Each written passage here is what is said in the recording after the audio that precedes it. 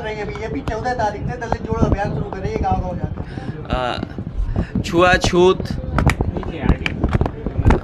दूरी रखना, उनका छुआ खाना ना खाना, और बाबा साहब भीमराव अम्बेडकर जी के बारे में तो पढ़ा होगा कि किस तरीके से पीने के पानी को लेकर के उन्हें संघर्ष करना पड़ा।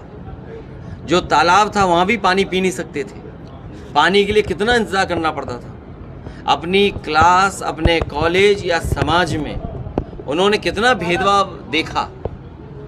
ये भारतीय जनता पार्टी क्योंकि घबराई हुई है पीडीए की ताकत से, इसलिए रास्ता खोज रही है कि किस सहारे बचा जाए। इसीलिए जानबूझ करके समाजवादियों का जब कार्यक्रम संपन्न हो गया है उसके बाद वो कार्यक्रम कर रहे हैं। मुझे उम्मीद है कि जो गलतियां उन्होंने की उसके लिए माफ़ी ज़रूर मांगेंगे। जिस तरीके से गैलीलियो को सज़ा दी थी चर्च ने और उसकी जान चली गई थी, और गैलीलियो ने केवल ये कहा था कि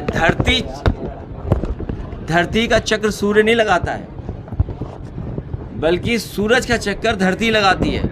उसी पे चर्च ने सजा दे दी थी और उसकी जान चली गई थी।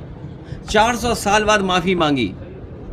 क्या भारतीय जनता पार्टी के लोग या उनसे प्रभावित लोग जो गलती की है उसकी माफ़ी मांगेंगे कि नहीं मांगेंगे? चलिए, समाजवादी पार्टी ने कार्यक्रम जो तय किया था 14 तारीख तक बाबा साहब भीमराव अम्बेडकर जी के बारे में और बाबा साहब भीमराव अम्बेडकर जी का जो जीवन का संघर्ष और किस तरीके से आज जो राजनीतिक परिस्थितियां बनी हैं, जिसमें भारतीय जनता पार्टी एक एक कर करके एक फैसला लेकर के संविधान को किस तरीके से कमज़ोर कर रहे हैं। मैं बधाई देना चाहता हूं कार्यकर्ताओं को, नेताओं को, जिन्होंने बाबा साहब अम्बेडकर जी की प्रतिमा लगा करके ये संकल्प लिया है कि जो रास्ता बाबा साहब भीमराव अम्बेडकर जी ने दिखाया था उस रास्ते पे चल करके इस देश को और मजबूत बनाने का काम करेंगे। बाबा साहब भीमराव अम्बेडकर जी का दिया हुआ संविधान हम सब गरीबों के लिए, खासकर जो बहुजन समाज के लोग हैं, पीड़ित, शोषित, वंचित लोग, उनके लिए समय समय पर ये कवच बन करके काम करता है। बाबा साहब भीमराव अम्बेडकर जी का दिया हुआ संविधान हमारे लिए, सबके लिए एक रास्ता दिखाता है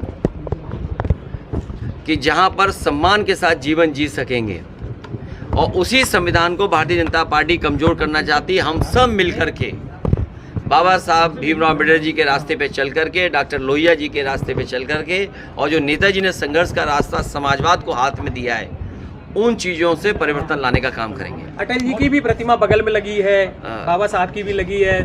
मुझे उम्मीद है कि बाबा साहब भीमराव अम्बेडकर जी और प्रधानमंत्री अटल बिहारी वाजपेयी की जो प्रतिमा बगल में है, भारतीय जनता पार्टी को कुछ सीखने को मिलेगा।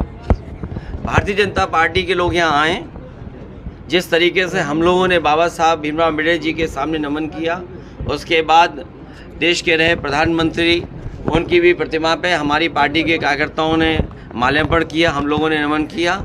ये भारतीय जनता पार्टी के लिए सीख है कि संविधान सबके लिए बराबर है, और जितना भारतीय जनता पार्टी के लोग बाबा साहब के शरण में चले जाएंगे उतना ही देश और मजबूत दिखाई देगा।